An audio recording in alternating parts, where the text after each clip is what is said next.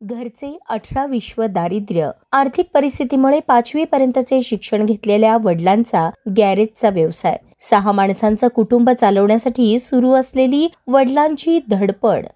जिथे घर चालवण्याची चिंता तिथे मुलामुलींच्या शिक्षणाचा तर विचारच न केलेला बरा. परंतु वडिलांच्या जिद्दीमुळे मुलींनी केलेला दृढनिश्चय कामाला आला. कामगार वस्ती परिसर असलेल्या गवळी वस्तीमधील 8 पत्र्याच्या घरातील गॅरेज चालकाच्या दोन्ही मुलींनी महाराष्ट्र लोकसेवा आयोगाच्या परीक्षेत यशाचा झेंडा रोवला. संजीवनी आणि सरोजिनी अशी त्या 2 सख्ख्या बहिणींची नावे आणि पक्क्या मैत्रिणींची नावे असून ज्योतिराम भोजने हे 5वी पर्यंत शिक्षण घेतलेले गॅरेज चालक वडिलांचे आणि गृहिणी असलेल्या आईचे रेश्मा असे नाव आहे. तर भाऊ श्रीनिवास याने खंबीर साथ दिल्याने यशाला गवसणी घातल्याचे संजीवनी आणि सरोजिनी भोजने यांनी सांगितले. माझं नाव सरोजिनी ज्योतिराम भोजने. माझं 2 पोस्टसाठी काल सिलेक्शन झालं आहे. एक कर सहाय्यक आणि दुसरं महसूल सहाय्यक. अच्छा, घरची परिस्थिती कशी आहे? घरची परिस्थिती तर इकॉनॉमिकली ठीकठाकच आहे, एवढी काही व्यवस्थित नाही आहे. कारण पप्पा माझे जास्त काही वेल एज्युकेटेड नाही आहे आणि आई पण माझी गृहिणीच आहे. तरी पप्पांवर आणि माझा लहान भाऊ आहे ना, तो जॉब करायचा. त्यांच्याच इन्कमवर सगळं काही घर चालायचं. असं स्पेसिफिक काही आमचं स्ट्रॉंग अशी इकॉनॉमिक कंडिशन नाही आहे. सिच्युएशन तशी घरची म्हणायला गेलं तर हलाखीचीच आहे. घरचं मासिक उत्पन्न वार्षिक हे माझं मासिक उत्पन्न 10 ते 12 हजारच्या रेंजमध्ये आहे. 10 ते 12 हजाराच्या रेंजमध्ये 6 जणांचं कुटुंब चालून तुम्ही नेमका हा प्रवास कसा केला? तेच तरी म्हणून म्हणजे मासिक उत्पन्न कमी असल्यामुळे आम्ही काही बाहेरच्या असं पुणे वगैरे अशा सारख्या सिटीमध्ये जास्त दिवस राहून काही स्टडी नाही केला. आम्ही त्यासाठीच घरी इथं सोलापूरमध्ये लायब्ररी जॉईन केली आणि तिथं लायब्ररीमध्ये आम्ही स्टडी करायचो. शिक्षण काय झालं? माझं एज्युकेशन BCom झालं आहे. काय मेसेज देतो येणाऱ्या स्टुडंटला काय सांगाल तुम्ही की MPSC म्हणजे मोठमोठे कोचिंग क्लासेस लावलं तरच यशस्वी होते, असं काय आहे? असं काहीच नाहीये आणि असं पण नाही की आपलं बॅकग्राऊंड पण खूप स्ट्रॉंग असलं पाहिजे किंवा आपले आई वडील पण वेल एज्युकेटेड पाहिजे, असं काहीच नाहीये.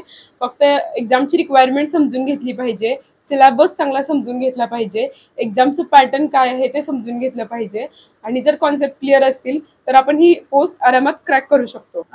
मी संजीवनी ज्योतिराम भोजने.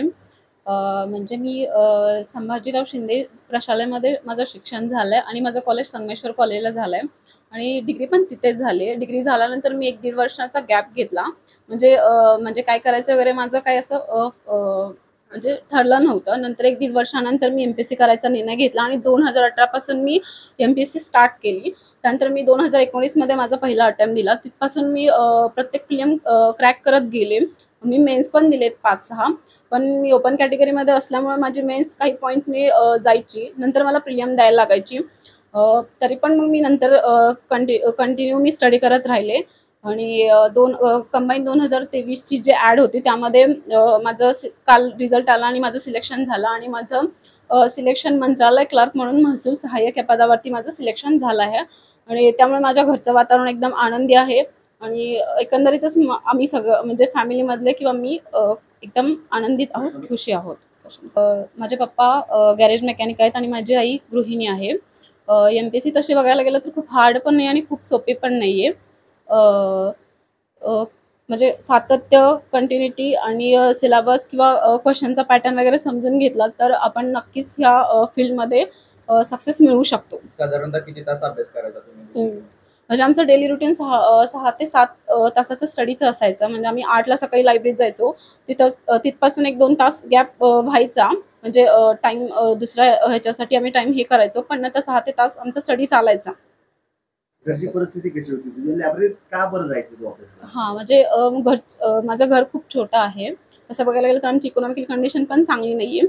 घरी स्टडी करण्यासाठी पुरेसा स्पेस पण नव्हता, त्यामुळे मी लायब्ररी जॉईन केलेली आणि लायब्ररीमध्ये आम्ही 6 ते 7 तास स्टडी करायचो आणि त्या स्टडी करण्याचं म्हणजे ते सातत्य ठेवल्यामुळे मला काल एकंदरीतच काल महसूल सहाय्यक ही पोस्ट मिळाली. ज्योतिराम भोजने हे गवळी वस्तीमधील कामगार वस्ती भागात राहतात. त्यांचे शिक्षण 5वी पर्यंत वोरोनोको प्राथमिक शाळेत झाले. आर्थिक अडचणींमुळे त्यांना पुढे शिक्षण घेता आले नाही, परंतु त्यांनी मेकॅनिकल क्षेत्रात जम बसवला. ज्योतिराम यांना संजीवनी आणि सरोजिनी या 2 मुली आणि श्रीनिवास हा मुलगा. ज्योतिराम ज्या घरात राहतात ते घर 8 पत्र्यांचे असून अत्यंत हलाखीच्या परिस्थितीत त्यांनी आपले आयुष्य काढले आहे. ज्योतिराम यांना आपल्या वडिलांच्या आजारपणातच आर्थिक समस्यांना तोंड द्यावे लागले. काही वर्षांपूर्वी वडिलांचे निधन झाले, त्यानंतर ते पूर्णपणे आर्थिकदृष्ट्या खचून गेले. अशा परिस्थितीत मुलांच्या शिक्षणाचा तर विचार न केलेलाच बरा, असाच प्रश्न त्यांच्यासमोर पडला होता. परंतु दोन्ही मुलींनी B.Com पर्यंतचे शिक्षण पूर्ण केले. मोठी संजीवनी आणि छोटी सरोजिनी हिने B.Com नंतर 2018 पासून MPSC अर्थात महाराष्ट्र लोकसेवा आयोगाच्या परीक्षा देण्यास सुरुवात केली. 7 वर्षांच्या कालावधीत 3 वर्ष कोरोनाने अत्यंत हलाखीची परिस्थिती आणली. या काळात परीक्षाच होऊ न शकल्यामुळे त्या दोघी खचून गेल्या. परंतु आपण खचलो आहोत हे त्यांनी आई वडिलांना दाखवून दिले नाही. संजीवनी आणि सरोजिनी या दोन्ही सख्या बहिणी असल्या तरी त्या पक्क्या मैत्रिणी झाल्या होत्या आणि त्या दोघींनी सुद्धा MPSC मध्ये यश मिळवायचेच हा एकमेव उद्देश डोळ्यासमोर ठेवून परिस्थितीला सामोरे जात अखेर यशाचा झेंडा रोवलाच. माझं पूर्ण नाव ज्योतिराम भिकाजी भोजने.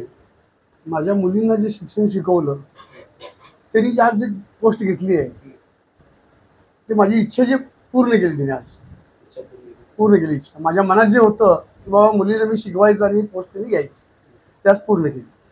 तुमच्या मुलींना पाहुण्यारावळ्यातून काय दबाव येत नव्हता? त्या मुलींचं वय वाढत चाललंय, बोलत होते ना, पुष्कळ जण बोलत होते मला, अरे किती दिवस ठेवतो मुली, यश व्हायला लागलंय ना, नोकरी नाही लागल्यानंतर काय करणार, पुन्हा कुठं शोधणार, भरपूर जण म्हणत होते. पण तो विचार मी मनावर घेतला नाही. मी एक माझा ध्येय होता शिकवायचं आणि नोकरी लावायची, ते माझी इच्छा पूर्ण झाली. मोटरसायकल मेकॅनिक आहे. खर्च भागायचं वर्षभर महिन्याभराचं करायचं, ऍडजस्ट केल्याशिवाय तर होणारच नाहीये. नाही म्हणून बसलं तर होणारच नाही. काय आज एक गॅरेज मेकॅनिकच्या मुली ज्या आहेत ती MPSC परीक्षेत पास झालेल्या आहेत, आनंद आहे? पुष्कळ आनंद आहे, पुष्कळ सांगूही शकत नाही किती आनंद आहे आज माझ्या मनात. मला आनंद वाटतोय. मुलीने नाव केलं का तुमचं? हो, मुलीने नाव केलं. हा? मुलीने नाव केलं. हो, माझं नाव केलं मुलीने. आनंद आहे. हो, आनंद. मंगळवारी रात्री 8:30 वाजता महाराष्ट्र लोकसेवा आयोगाच्या परीक्षेचा निकाल जाहीर झाला आणि कामगार वस्तीतल्या भोजने यांच्या घरात एकच आनंदोत्सव साजरा झाला. संजीवनी आणि सरोजिनी या दोघींनी सुद्धा 7 वर्षात एकूण 6 MPSCच्या मेन्स परीक्षा दिल्या. परंतु या सर्व वेळी त्यांना पॉइंटमुळे मागे पडावे लागत होते. मात्र त्यांनी जिद्द सोडली नाही. अखेर स्वामी समर्थांच्या भक्त असलेल्या संजीवनी आणि सरोजिनी यांनी बुधवारच्या पौर्णिमेच्या आदल्या दिवशीच रात्रीच त्यांना गोड बातमी मिळाली. आई वडिलांनी अश्रूंना वाट मोकळी करून दिली. कामगार वस्तीत 18 विश्व दारिद्र्य आणि गॅरेजच्या आलेल्या पैशातून दोन्ही मुलींना शिकवण्याचा आनंद आई वडिलांच्या चेहऱ्यावर दिसून येत होता. सख्खा भाऊ पाठीशी असल्यानंतर बहिणी यशात मागे कधीच पडू शकत नाहीत याची अनुभूती या निमित्ताने दिसून आली.